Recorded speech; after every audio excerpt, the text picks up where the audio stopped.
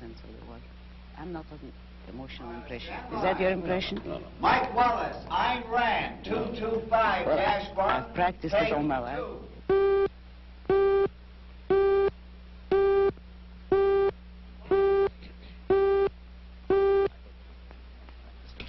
I have not. I'm curious. Coming up, better not talk.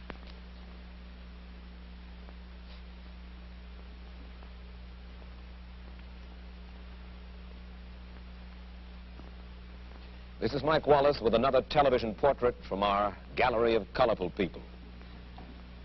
Throughout the United States, small pockets of intellectuals have become involved in a new and unusual philosophy which would seem to strike at the very roots of our society. The fountainhead of this philosophy is a novelist, Ayn Rand, whose two major works, The Fountainhead and Atlas Shrugged, have been bestsellers. We'll try to find out more about her revolutionary creed and about Miss Rand herself in just a moment. And now to our story.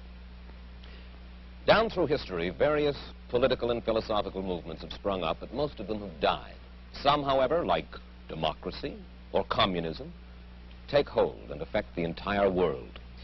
Here in the United States, perhaps the most challenging and unusual new philosophy has been forged by a novelist, Ayn Rand. Miss Rand's point of view is still comparatively unknown in America, but if it ever did take hold, it would revolutionize our lives. And Ayn, to begin with, I wonder if I can ask you to capsulize, I know this is difficult, can I ask you to capsulize your philosophy? What is Randism? First of all, I do not call it Randism, and I don't like that name. I call it objectivism. All right. Meaning a philosophy based on objective reality. Now let me explain it as briefly as I can. First, my philosophy is based on the concept that reality exists as an objective absolute, that man's mind, reason, is his means of perceiving it, and that man needs a rational morality.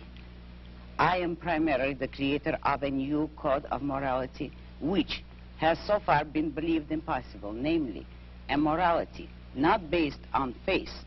On faith? Not on faith, not on arbitrary whim, not on emotion, not on arbitrary edict, mystical or social, but on reason, a morality which can be proved by means of logic, which can be demonstrated to be true and necessary. All right, all right. Now, may I define what my morality is? All right. Because this is merely an introduction. My morality is based on man's life as a standard of value.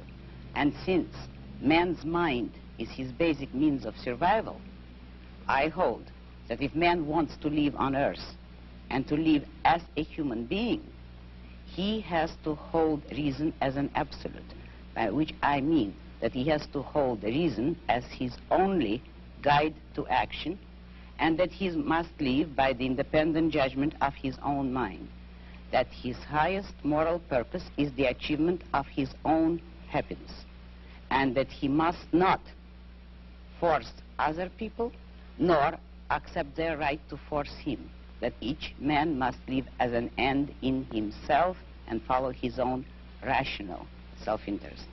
May I interrupt now? You may.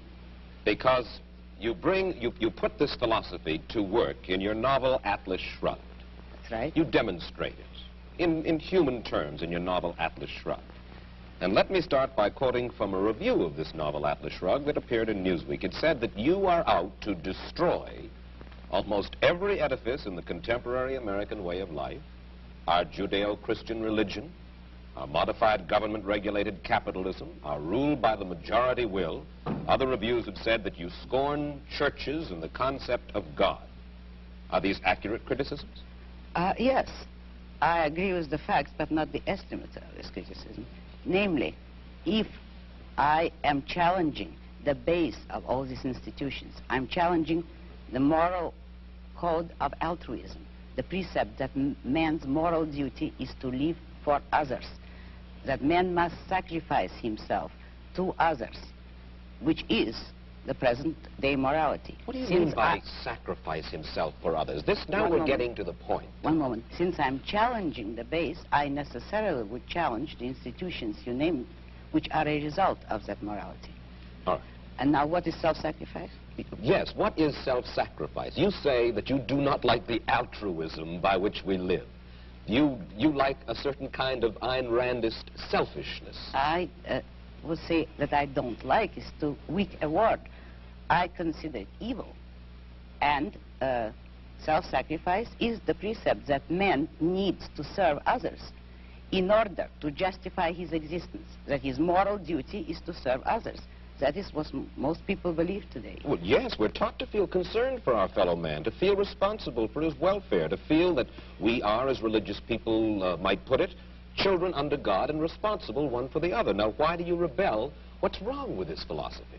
But that is what, in fact, makes man a sacrificial animal. That man must work for others, concern himself with others, or be responsible for them. That is the role of a sacrificial object. I say that man is entitled to his own happiness and that he must achieve it himself, but that he cannot demand that others give up their lives to make him happy. And nor should he wish to sacrifice himself for the happiness of others. I hold that man should have self-esteem. And cannot man have self-esteem if he loves his fellow man? What's wrong with loving your fellow man? Christ, every important moral leader in man's history, has taught us that we should love one another. Why, then, is this kind of love, in your mind, immoral? It is immoral if it is a love placed above oneself. It is more than immoral, it's impossible. Because when you are asked to love everybody indiscriminately, that is, to love people without any standard, to love them regardless of the fact of whether they have any value or virtue, you are asked to love nobody. But in a sense, in your book, you talk about love as if it were a business deal of some kind. Isn't the essence of love that it is above self-interest? Well, let me make it concrete for you. What would it mean to have love above self-interest? It would mean, for instance, that a husband would tell his wife, if he were moral, according to the conventional morality, that I am marrying you just for your own sake. I have no personal interest in it, but I am so unselfish that I am marrying you only for your own good. Well, should husbands and wives would tally any up? woman like that?